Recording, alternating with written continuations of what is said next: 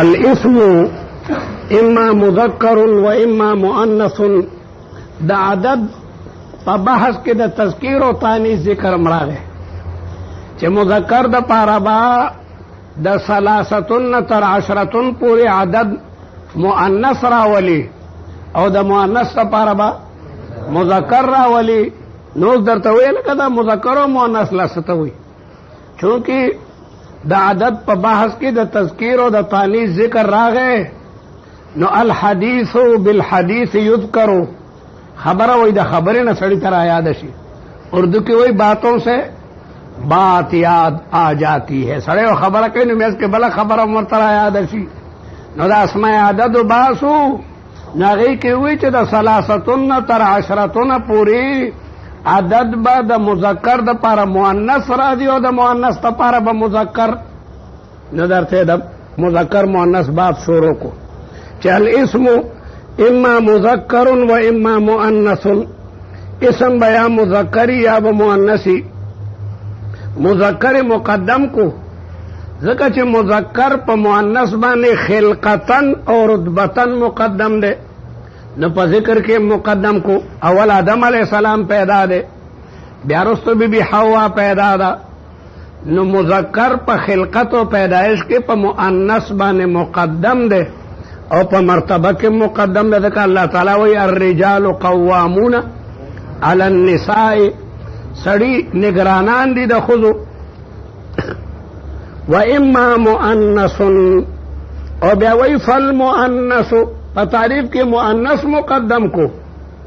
په تعریف کې مؤنث مقدم کو ځکه چې تعریف د مؤنث وجودی ده او وجودی اشرف وي د آدمینا. یادا چې دې کې اختصار ده د مؤنث تعریف چې درته وکړي نو به والمذکر بخلافه والمذکر نو تعریف هغه لنډ شو.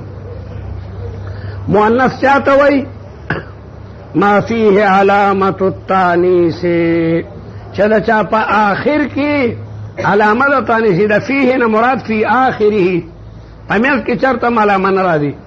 نو د فيه معنا فی آخره مضاف دلته مقدر ده چې د هغې په آخر کې به علامه د تانیث او علامه د تانیث عامه ده چې لفظي وي او که تقدیري وي. لفظا چې په لفظ کې علامه راغلی وي او تقدیرا یا دا چې مقدره او لفظاً بیا عام ده چې حقیقتاً لکه امرأتن او ناقتن. په امرأتن او ناقتن کې هغه د تی په لفظ کې راغلی ده او حقیقتاً راغلی ده. یا دا چې حکماً لکه اقرب، اقرب کې تی شته لیکن دا په حکم د تی کې ده ځکه چې اقرب کې دغه بې څلورم حرف په ځای د تی د تانیث باندې ده. اقربون کې اگر چې تی په لفظ کې نه راغلی لیکن دا بې د هغې په ځای قائمه ده حرف رابع ده داسې ده لکه د تی په ځای ده. او دا ځکه چې د هغې تصغیر او قیربون راځي نو معلومیږي دا چې دا بې د تانیث په ځای باندې قائمه ده. یا دا چې تقدیرنی لکه دارن لکه نارن لکه نعل لکه قدم، دا ټول دې کې تانیث هغه چې کله تقدیري دی ځکه چې د دارن تصغیر دویرتن را دی او دنارن تصغیر نویرتن را دی او التصغیر يرد شیئا نو معلومیږي هغه تی پکې ده. والمذکر مذکر چې ده ما بخلافه چې کوم هغه د دې نه خلافي سمانه علامه د تانیث پکې نه لفظاً وي او نه پکې هلکه علامه د تانیث چاته وایي نو دی وایي وعلامة التانیث ثلاثة. د تانیث نښې درې دي. التاء یو تی دا لکه طلحتو، په طلحتو کې دا تی دا علامه د تانیث تا لکه ضاربتن آکلتن شاربتن دا تی علامه د تانیث تا. او بل والالف المقصورة اغا الف چې مقصوره وي لکه حبلا لکه سلمى لکه سعدا لکه توبه. تم یو جمع دا یو مؤنث دا سراړه یو مؤنث دا سراړی سلمى سعدا توبه حبلا یو جمع تراړه. ها موسی خو مذکر دی.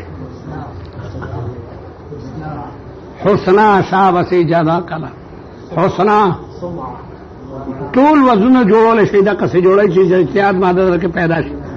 او بل والالف الممدودة بل الف ممدوده ده الف ممدوده لك حمراء حمراء صفراء بيضاء دا طول صفراء فاقع لونها فإذا هي بيضاء للناظرين دا علامة تانيس.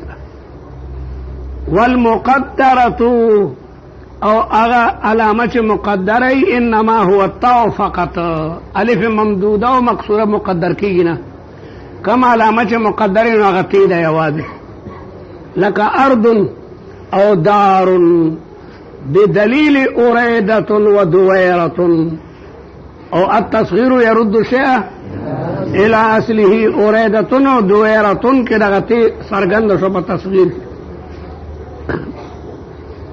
بلا ويلا ثم المؤنث على قسمين مؤنث بدو قسم ده حقيقي ولفظي يداچ حقيقي ولفظي كلا حقيقي بدل كده قسمين نا نبي مجرور ده بدل ده مجرور نا ها مجروري كان بدل تابع ده كان بدل ده مجرور نا مجروري او که حقيقي كن بیا خبر ده پر ده مبتدا محذوف ده احدهما حقيقي وثانيهما لفظي وهو الک مؤنث حقيقي چاته وي ما بإزائه چې د هغې په مقابل کې ذکر من الحيوان مذکر من الحيوان موجودي لکه امرأة د امرأة مقابله کې څوک دی رجل ده د امرأة مقابله کې رجل ده او ناقة اوښې ته وایي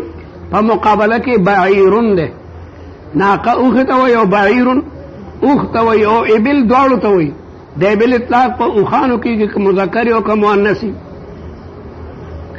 او بل ولفظي بل تانیث لفظي ده یعنی د دې تانیث به په اعتبار د لفظ سره یي نه به په نسبت سره مذکر ته دې مقابل کې به مذکر نی لکه ظلمتن ظلمتن کې راته په لفظ کې راغلی ده دا نه چې د ظلمتن مقابله کې مذکر موجود دی او ظلمتن داغه ښځه ده.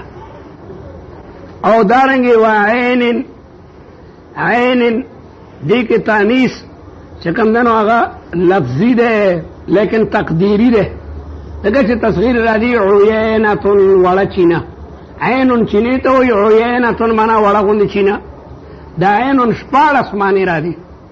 عین لفظ مشترک دی چا دا سترګې دپاره وضع کړی دی عین جاسوس ته وایي عین چینې ته وایي عین زنګون ته وایي عین سرو زرو ته هم وایي شپاړس معنی د عین دې ته څه وایي په عربۍ کې لفظ مشترک چې مختلفو معنو دپاره واضعین وضع کړی وي.